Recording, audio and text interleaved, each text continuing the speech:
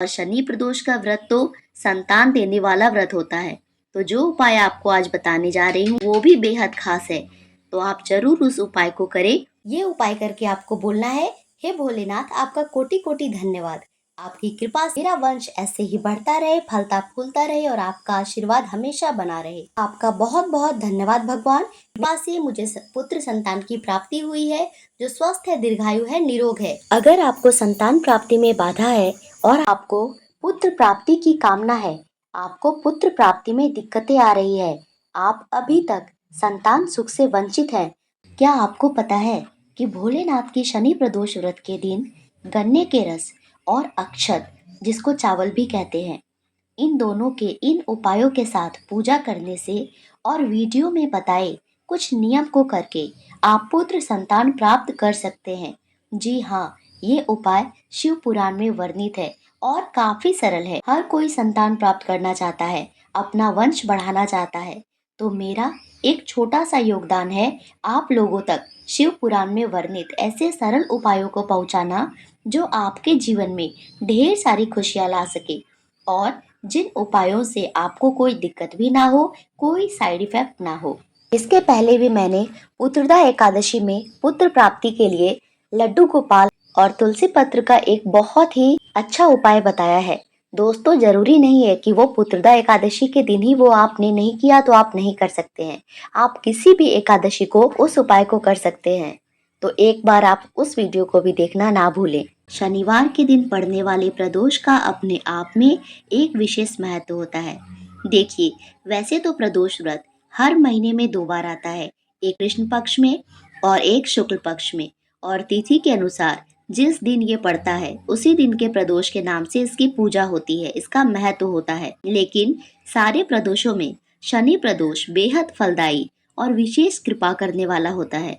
आज इस वीडियो में जानेंगे शनि प्रदोष के कुछ ऐसे उपाय जो पुत्र प्राप्ति में सहायक हो। अगर आपको सिर्फ लड़कियां हैं और आप एक बेटे की, एक पुत्र की भी चाह रखते हो, तो भी ये उपाय आपके लिए काफी कारगर होगा। सबसे पहले तो वैसे पति पत्नी जिनको संतान प्राप्त करने की इच्छा हो, उन्हें ये व्रत यानी प्रदोष का व्रत शुरू कर देना चाहिए। किसी भी ऐसे शनिवार को, जिस शनिवार को प्रदोष व्रत पड़ रहा है, प्रदोष व्रत शुरू कर सकते हैं। और सावन में शनि प्रदोष हो तो वो बहुत ज्यादा महत्वपूर्ण होता है। पर अगर आप व्रत नहीं कर सकते हैं तो उपाय तो आपको जरूर करना चाहिए। और पति पत्नी दोनों व्रत रख सकते हैं, साथ मिलकर पूजा और उपाय कर सकते हैं तो दुगना फल मिलेगा। पर अगर पति ना भी रख पाए व्रत तो पत्नियां अवश्य ही रखें। देखिए, आपको इस दिन यानी प्रदोष वाले दिन करना क्या है। उपाय तो आपको संध्या काल यानी शाम के समय करना है, जब घर में दिया बाती होती है। उसके बाद प्रदोष काल का समय 6:45 से 8:45 9 बजे तक होता है। उसी बीच में आपको ये उपाय करना होगा।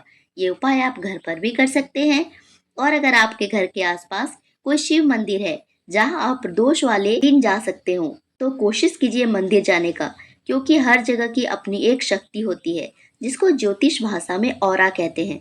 जिसकी ऑरा जितनी स्ट्रांग होती है, वहां का महत्व उतना अधिक होता है, उसके उपाय उतने प्रभावशाली होते हैं। तो आप मंदिर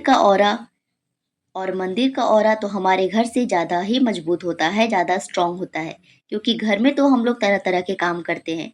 मंदिर एक पवित्र स्थान होता है, पर फिर भी आप अगर ये उपाय घर में करना चाहते हैं तो कमरे की शुद्धता, पवित्रता का ध्यान जरूर रखें। शिव पुराण का ये उपाय बेहद सरल और आसान है। अगर आप अपनी सूनी कोख भरना चाहते हैं तो सबसे पहले इस दिन सुबह उठकर जल्दी नहा धोकर शुद्ध साफ वस्त्र पहने और शिव जी के सामने कम से कम 21 और ज्यादा से ज्यादा अपनी क्षमता के हिसाब से प्रदोष व्रत का संकल्प करें। संकल्प के लिए आपको अपने दाएं हाथ में थोड़ा सा अक्षत, जल, फूल लेना है, अपना नाम, गोत्र बोलना है और ये संकल्प लेना है कि आज से आप प्रदोष व्रत स्टार्ट कर रहे हैं और आप संतान की प्राप्ति के लिए इस व्रत को करना चाहते हैं। हे भगवान, मेरी इस मनोकामना को पूरा कीजिए और मैं आपके लिए यह व्रत कर रही हूँ। आप बदले में मुझे मेरी संतान दीजिए। ऐसा बोलकर उस जल, फूल और अक्षत को शिव जी पर चढ़ा देना है। फिर अच्छे से शिव जी की पूजा करनी है और आपके घर में अगर कोई शिवलिंग हो तो ठीक है, ना हो तो आप शिव पार्वती की फोटो में भी आप पूजा कर सकते हैं। और इस खुशी से व्रत करें कि अब तो आपके घर में एक छोटे से गणपति आने ही वाले हैं। शिव भगवान का अभिषेक बहुत शुभ फल देने वाला होता है। तो दूध, दही, घी, गुड़ और मधु, इन सब की बारी बारी से और फिर इन सबको एक साथ मिलाकर पंचामृत, इन सब से भगवान शिव का अभिषेक कीजिए। शिव जी की पूजा में चढ़ाए जाने वाले सभी सामग्रियों को ले लेना है। बेलपत्र पर उसके तीनों पत्तों पर राम लिख लीजिए। देखिए, आप भगवान से पुत्र पाना चाहते हैं तो भगवान को प्रसन्न भी तो करना होगा ना, तो उनके पसंद की चीजों से भगवान की पूजा कीजिए। सफेद फूल, आक, धतूरा, बेलपत्र, शमी पत्र सब जुगाड़ करके रख लीजिए और एक आटे का दिया बना लीजिए। आटे के दिए से मनोकामना जल्दी पूरी होती है। तो शुद्ध आटे जिसको आपने इस्तेमाल ना किया हो, उसको पानी मिला के गूंथ ले और एक दिया बना ले। उसमें धागे वाली बाती लेकर उसके 51 या 108 बाती को मिलाकर एक बाती तैयार कीजिए, क्योंकि जितनी धागे होती है उतने ही दिए के जलाने के बराबर का फल मिलता है। दिए में शुद्ध घी भरें।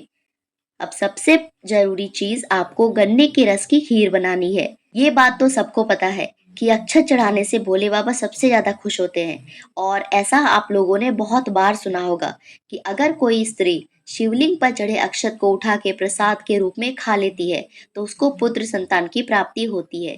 अब उसी उपाय को शिव पुराण ने एक बहुत ही बेहतरीन ढंग से लिखा है। उसमें लिखा है कि अक्षत की, यानी कि अरवा चावल की, अगर हम दूध से खीर बनाते हैं और उसमें शक्कर या चीनी की जगह गन्ने का रस निकालकर खीर में मिला के गन्ने की रस की खीर तैयार करके भगवान शिव को अर्पित करते हैं, तो इससे हमारी सारी मनोकामना पूरी होती है।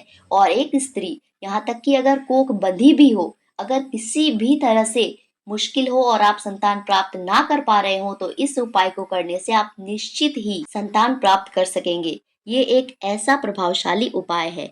तो आपको करना क्या है, शाम के समय आपको पूजा करनी है। सबसे पहले नहा धोकर शुद्ध हो जाइए, दिया जलाइए, उसके नीचे अक्षत रखना ना भूलें।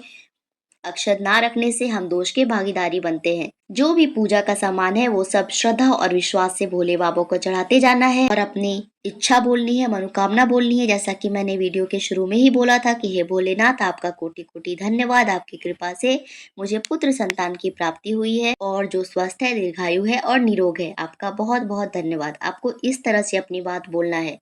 मेरा वंश ऐसे ही बढ़ता रहे, फलता फूलता रहे, आपकी कृपा हमेशा बनी रहे। इसके साथ आपको एक कटोरे में 21 अक्षत को अपने पास रखना है। ऐसा बोलने के बाद जो आपने भोग लगाया है उसके चारों ओर जल घुमाकर प्रणाम कीजिए और ओम नमः शिवाय बोल बोल के एक एक अक्षत को शिव जी पर चढ़ाते जाइए। एक अक्षत चढ़ाया, ओम नमः शिवाय, फिर दूसरा अक्षत चढ़ाया, ओम नमः शिवाय, ऐसा 21 बार करना है। 21 अक्षत को चढ़ाइए और 21 बार ओम नमः शिवाय बोलना है। इसके बाद प्रदोष व्रत की कथा पढ़कर आरती करके पूजा संपन्न करना है। प्रसाद को चढ़े ही रहने देना है, अक्षत भी चढ़े ही रहने देना है। सुबह उठकर नहा धोकर पवित्र होकर फिर से पूजा करके प्रसाद उठाना है और पति पत्नी को आपस में बांट के खा लेना है। और ऐसा लगातार हर प्रदोष व्रत में करें। भोले बाबा की दया से आपके घर भी बच्चों की किलकारियां जल्दी ही गूंजेगी। अगर आपको इस वीडियो से संबंधित कोई समस्या आए तो कमेंट करके पूछ सकते हैं। बी प्लेस्ड एस्ट्रो की ओर से भी आपको जल्दी ही संतान प्राप्ति के लिए बहुत सारी शुभकामना।